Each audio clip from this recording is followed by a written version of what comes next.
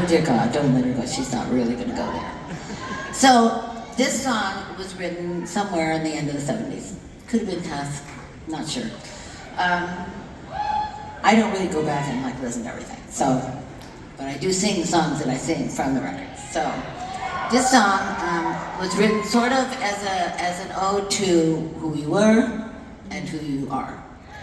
Who you were when you were super poor. When Lindsay and I moved from San Francisco to LA, we were super poor.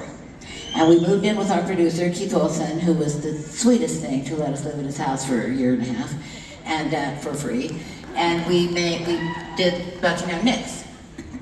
And we literally, that's what we did for 2 years, 2.5 years. So, and we lived there, and it was like great. And it was really a lot of fun. I was the maid. That was okay, I didn't mind. Because somebody had to make some money. But at that point, we didn't really have to make some money because Keith was pretty much supporting us. So there came a time in 1973 when Buckingham Nicks came out.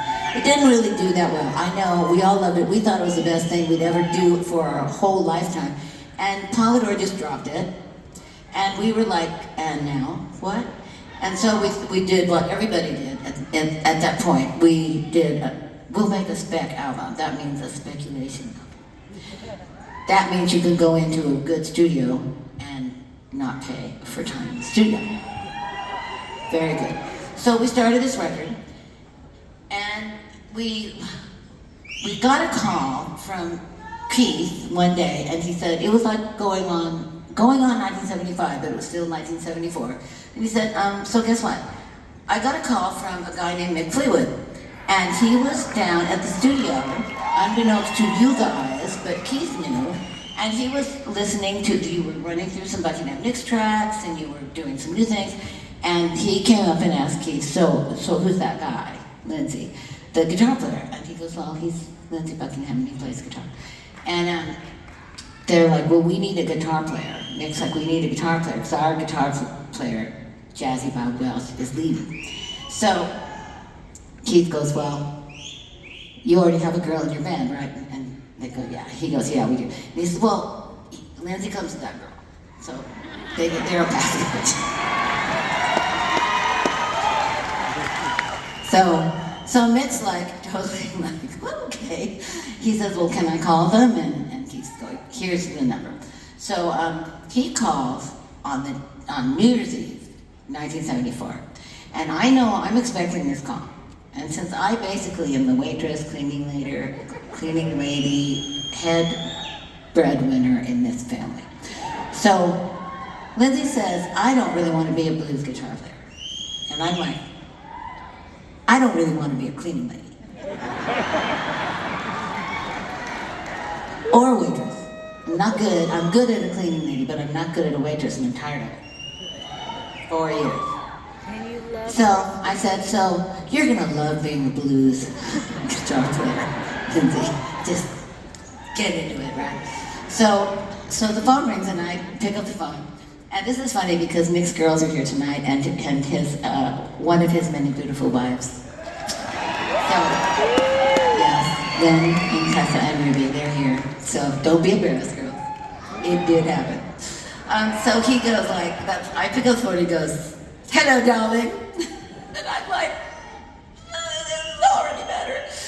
And I go like, yes, hello. And he's like, this is Mick Fleetwood, and I was wondering if there's any way that you and Lindsay could come and have dinner with us tomorrow night at this fabulous Mexican restaurant. And I'm like to myself, I'm going, free meal? Absolutely, we will be there. On time. So he goes like, all right, see you tomorrow. So we go. And Lindsay's complaining a little bit all the way down there because he still doesn't want to be a blues guitar player. And so I'm going like,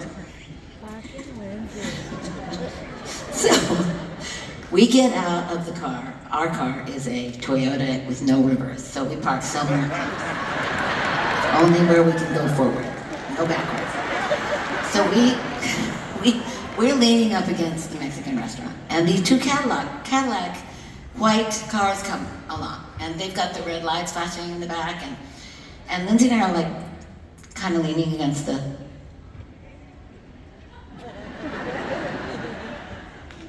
So Christine gets out, fabulous, I love you, silky skirt, Christine. fabulous kind of cowboy English boots, fabulous little jacket just like I'm wearing right now, and her blonde shaggy hair, and she's very English. Hello, and I'm going like, oh, she's so beautiful, right? And then John, who will tell you he brings to the band a good bass and also a pair of beautiful legs. He's in cutoffs, and he looks fantastic. And then the coup de grace gets out, Nick, in a three-piece English suit, 24-karat gold fob watch, beautiful long hair to hair, and he's 6'5" in his stocking feet. And he just stands up and and I'm like, and I look at Lindsay and I go, this is good.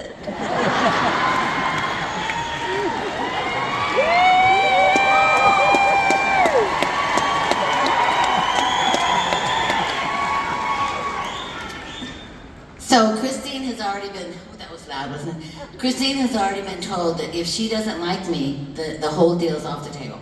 If she likes me, then we'll talk about it. I don't know this, and Lindsay doesn't know this.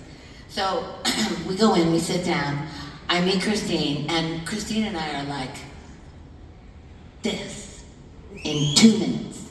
We're like, and we never even noticed the other three for the entire 3-hour dinner. And we don't even care if they're in the band anymore. We're like, we're happening. We're a solo act now. And we are the best friends in the world by the time we leave that Mexican food restaurant.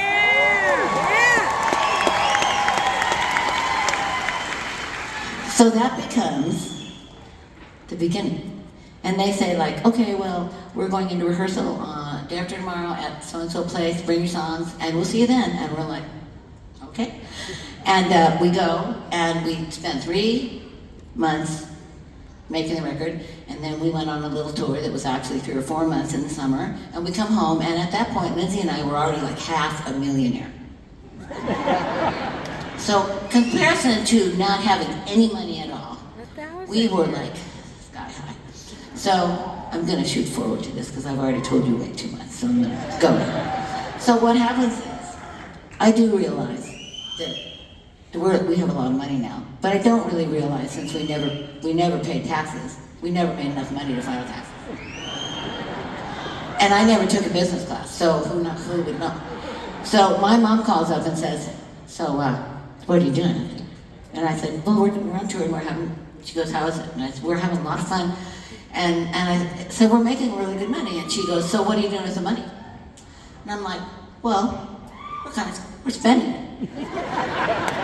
And my mom's like a financial wizard, right? And she's like, well, what are they doing as far as, like, they just give you the money? Because we were just hired hands, really, at that point.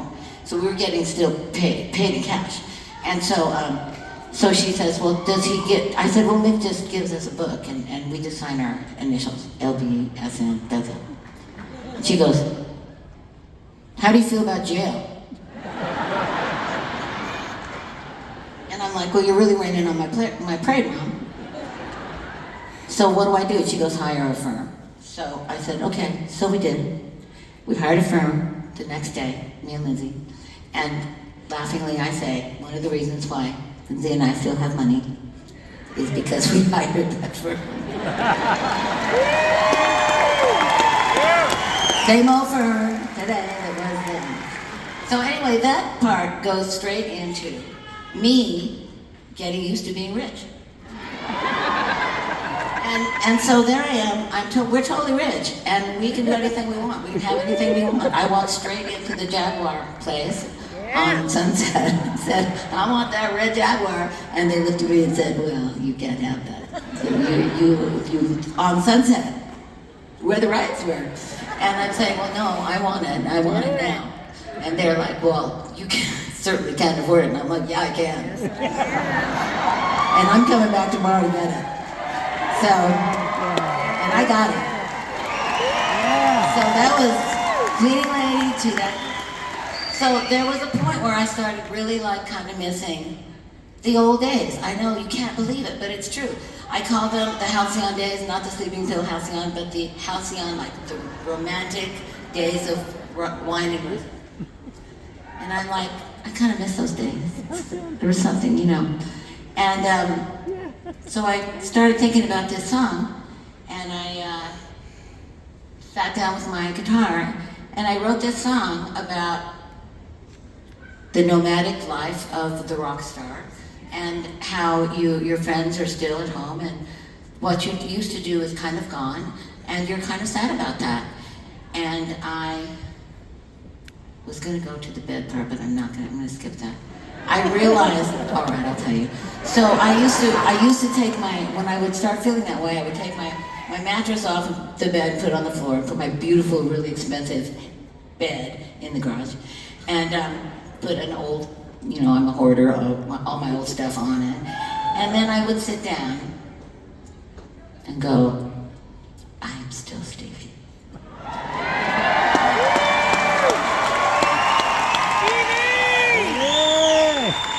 And if you knew any of my friends, they would tell you she still does that every once in a while. But so the nomads and the travelers and the road people became part of this song.